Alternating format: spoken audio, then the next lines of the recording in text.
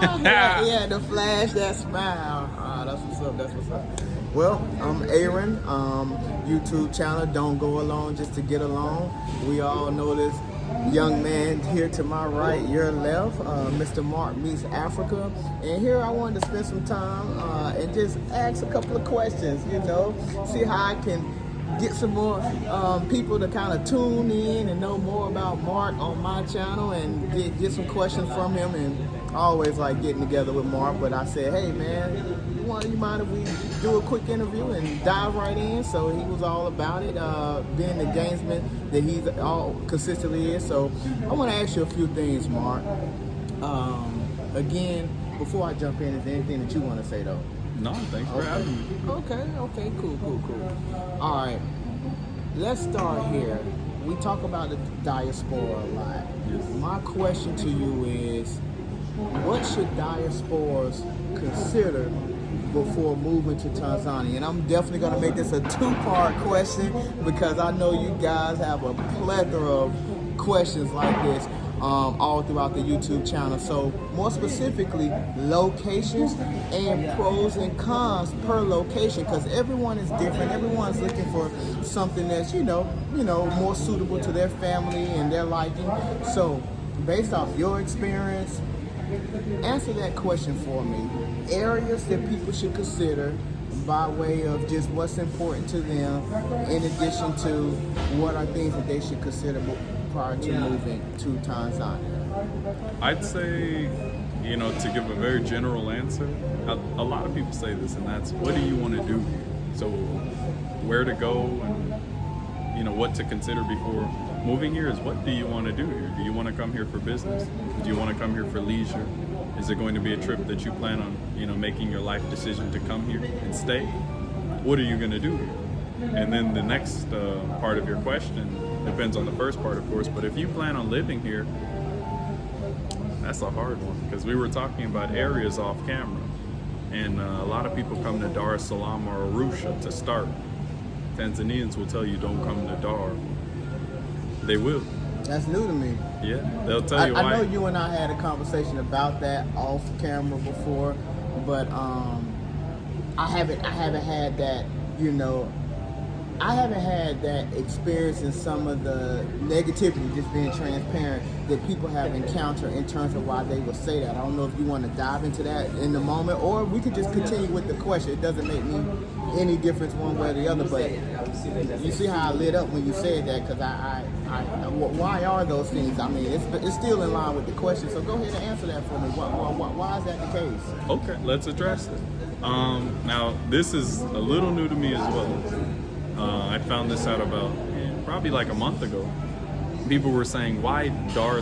These are locals, these are Tanzanians, these are our brothers and sisters here, and they're saying, why Dar? Dar is like the place people see as New York.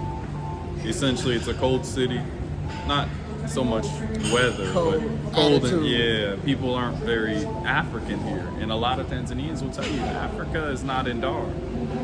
And I'm seeing that, I haven't had a negative experience in the sense of saying this because of somebody or something specifically. I'd say we as the diaspora are having an issue in Dar, which is basically people don't feel like they're in Africa. It feels like the States. Look where we are. We're in a place that's very beautiful, very, very nice. But at the end of the day, the people act like where we come from, and everything's about the same. Prices, options. I'm sorry, I'm going. No, take your time. I might be. A little. I need to think about that one a little. But just to give a quick answer, Dar is not always the most African decision to make. We're in Dar. I love Dar. I love Tanzania. But when you go to other regions, as you have, you see that other places offer different things. Like Mbeya. Mbeya is a good city, good weather, good people, different personality. Arusha, it's a little tamer than Dar es Salaam in terms of interacting. But yeah, Dar is like New York. You have a city full of people, and the purpose is to make money. That's true. So it's not going to be that African experience we're all coming here and craving. We come here with that mentality of, I want to be in a new place. Let's be in a new place. sometimes it's not Dar. So if you're here to do business, come to Dar. If you're here to do family and, you know, all that, live here, I'd say reconsider. But if you want to do business, go to Mbeya too. Go to Mbeya. Yeah. But I feel like if you do business in Mbeya, Mbeya is a region. It's a little less known, but it's the greenest city in Tanzania. Yeah, it's named the greenest city because the nature is incredible there. It's near the Malawi border. Yeah. And, you know, business there happens, but you have to have a sharp eye to see it. It's one of those things where it's like, oh, it's just this, what can I build here? You have to know. So I say, if you want to do business, like the typical business, come to Dar. That region is super green. There are some other places. I mean, obviously, we know Tanzania being as large as it is, that you can go away from still being south in Tanzania near Mbeya, and it's like, it's beautiful, you know, the farms and yeah. So, but I didn't know Mbeya was called the greenest city in Tanzania. I didn't know that. Yeah, 60% of Tanzania's food comes from that one region. That I did know. That I did know. I just didn't know it had that staple, that name. And I think I know you spent more time in Mbeya than myself. Yeah, that's all right. To Timber. I might move out there. You know? Okay, all right. Well, hopefully people have a good idea about what we didn't touch on a lot of different places, the Zanzibars of the world. He did mention Arusha, Tonga. Tonga's, have you been to Tonga yet? I haven't yet. But Tonga's beautiful. Tonga's green. Now Tonga town is a lot smaller, and to me, it's not for me in terms of its location specifically. But getting into Tonga town and Tonga as a whole is huge and it's very green. But man, Bagamoyo, we could sit up here and talk for a long time, man. Chill. Can I throw one more point in? Man, come on, it's your interview, bro. Wherever you guys go in Tanzania, just know it's your mentality that makes the place. So even if it's not Dar es Salaam, I don't want to make it seem like one place is bad and one place is good. Some people are happy here, some people aren't. I'm okay. He's okay. You have to have a mentality to be happy anyway. Yeah. So, but I say, it's your energy. Yeah. If you can't adjust your energy very well, do not come to Dar. Yeah. Because you're gonna have to lower how you feel about a lot of things sometimes, and that's a whole nother video. That's your vibration. Yeah. That's a whole nother thing right there. Yeah. Okay. But yeah, nah. That's good stuff, man. Nah, you can throw in business when you want to. I'm asking you the questions. This is your platform. What has been your favorite or most memorable experience in Tanzania? I apologize, I asked that question one more time because we got a little more background. But what has been your favorite or most memorable place or experience here in Tanzania? That's a hard one because I've had a lot of good experiences. In terms of best, I'd say I have to make a list because I can't say one. What sticks out? Like, man, this is the most memorable experience. I mean, I know I'm probably just primed for the answer a little more because you already answered it. You got a long list. Yeah. What comes to mind? I'd say one of them that's pretty high up is that's a hard one. I'm gonna say okay, just to get the list going. In no particular order. One of them was when I went to Zanzibar, and my friend who has a school, they did a celebration. Like I have a video up about that. But it was incredible. You know, the respect in the community in Zanzibar is pretty nice.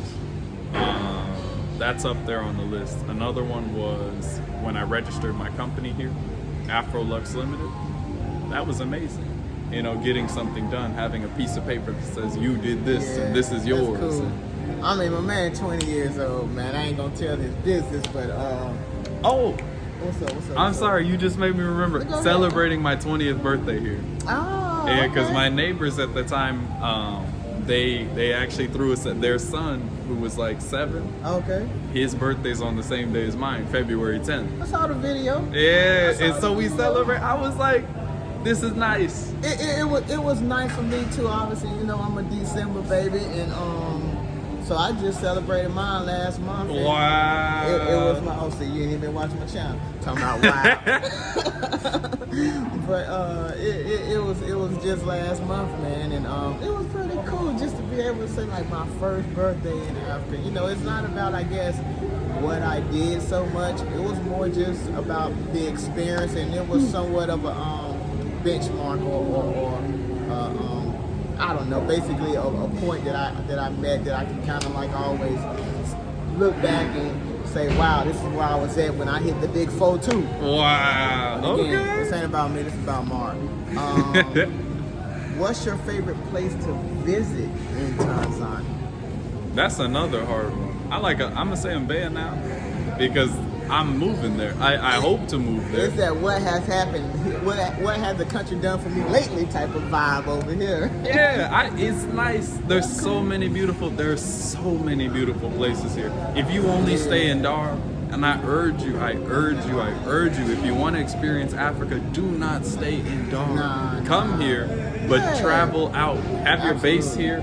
Travel around. You want to experience Africa, you want to experience the medicine that Africa is, do not stay in one place, because you're going to look at the most westernized place and it's going to cause you to dislike the entire place without realizing this is not all of Tanzania. No, this is an imitation of the West. That's true in a lot of ways. I mean, and Dar is so huge, you can still get a little touch of knowing that you're in a different country. I mean, you're going to know you're in a different country when you get here, but by the same token, I mean, I say, man, I ain't gonna talk about what I say. It ain't about me. But bottom line, yeah, I agree with what he's saying.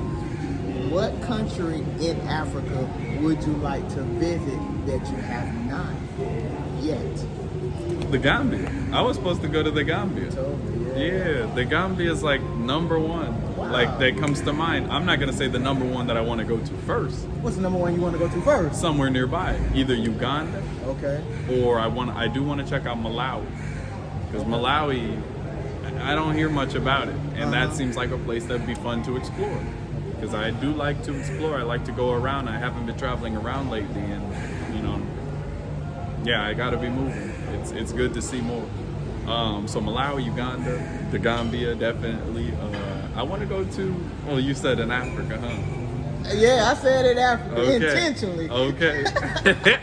But I do want to visit all of Africa. Okay. You know, the channel's Mark Meets Africa. It's Africa. And then beyond Africa, where our people are. Because Mark Meets Africa means where the black people are.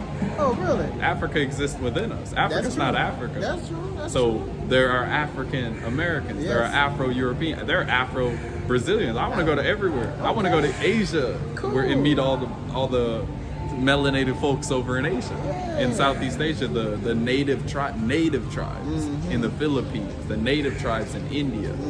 Like, these are people that were there before.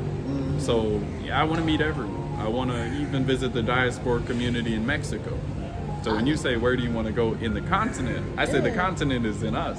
Hey, I love that answer, man.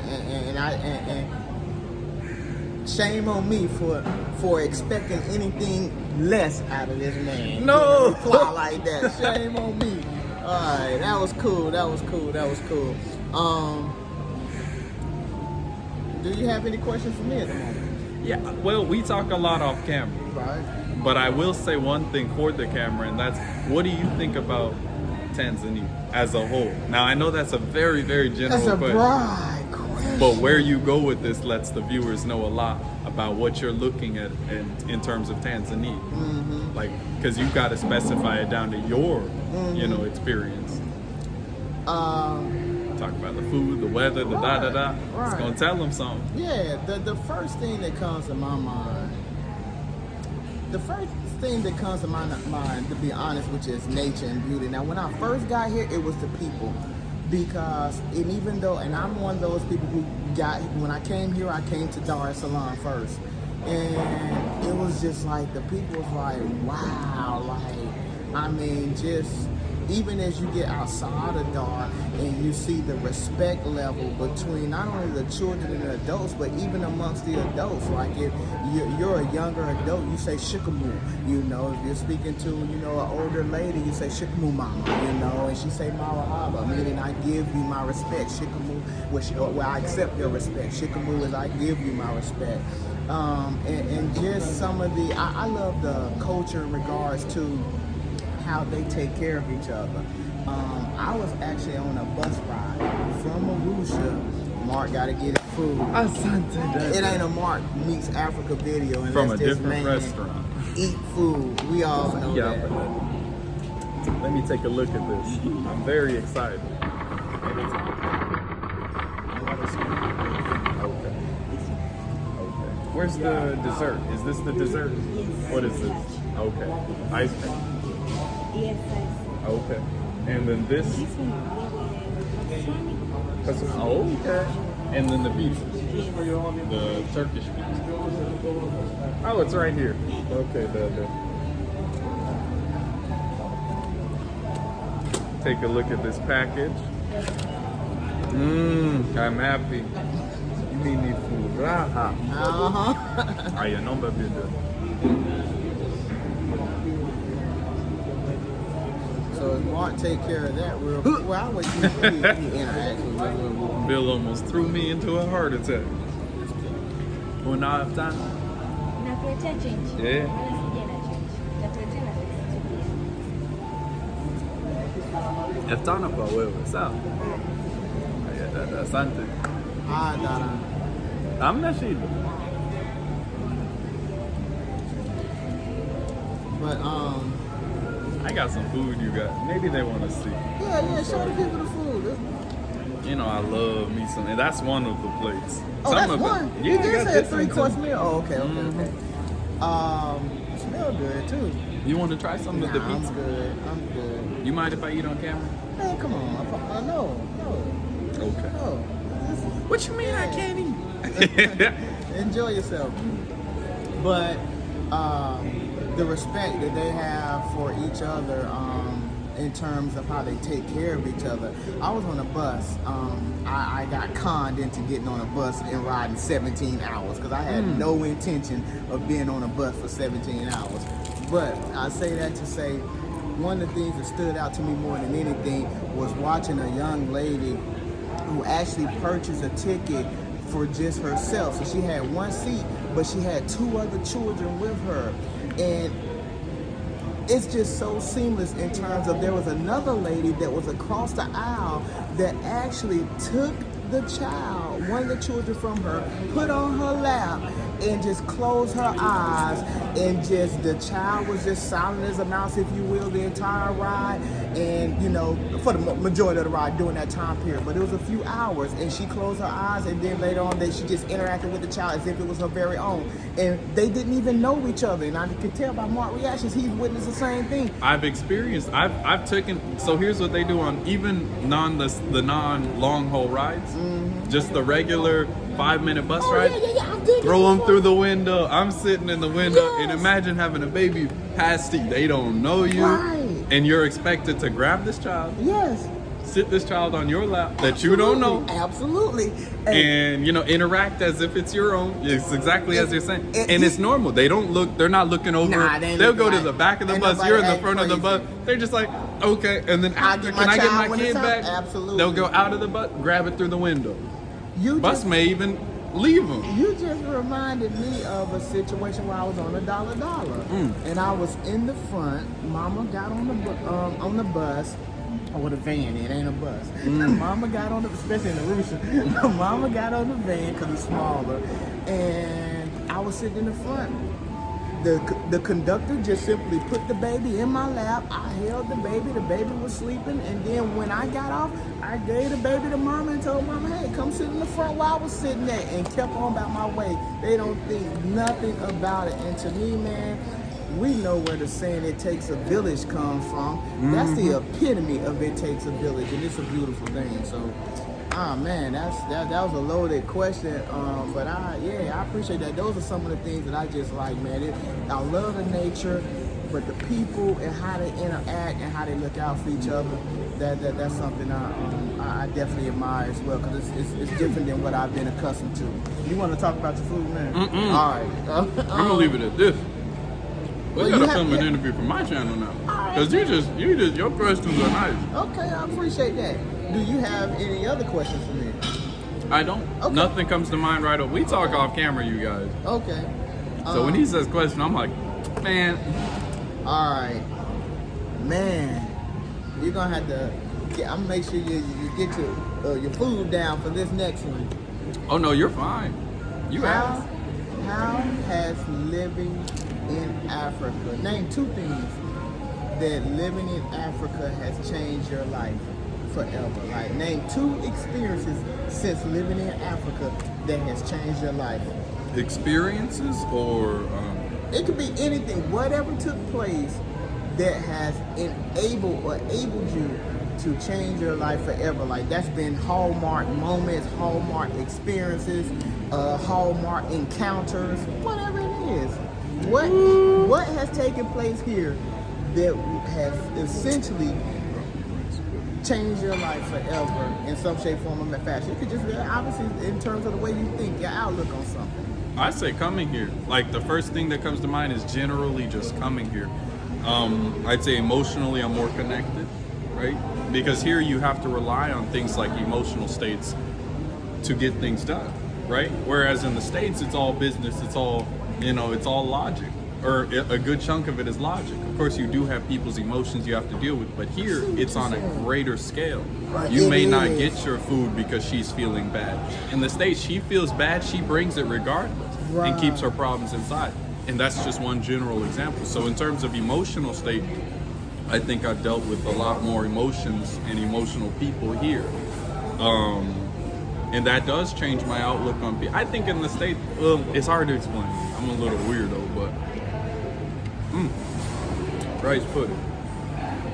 Gotta set that down.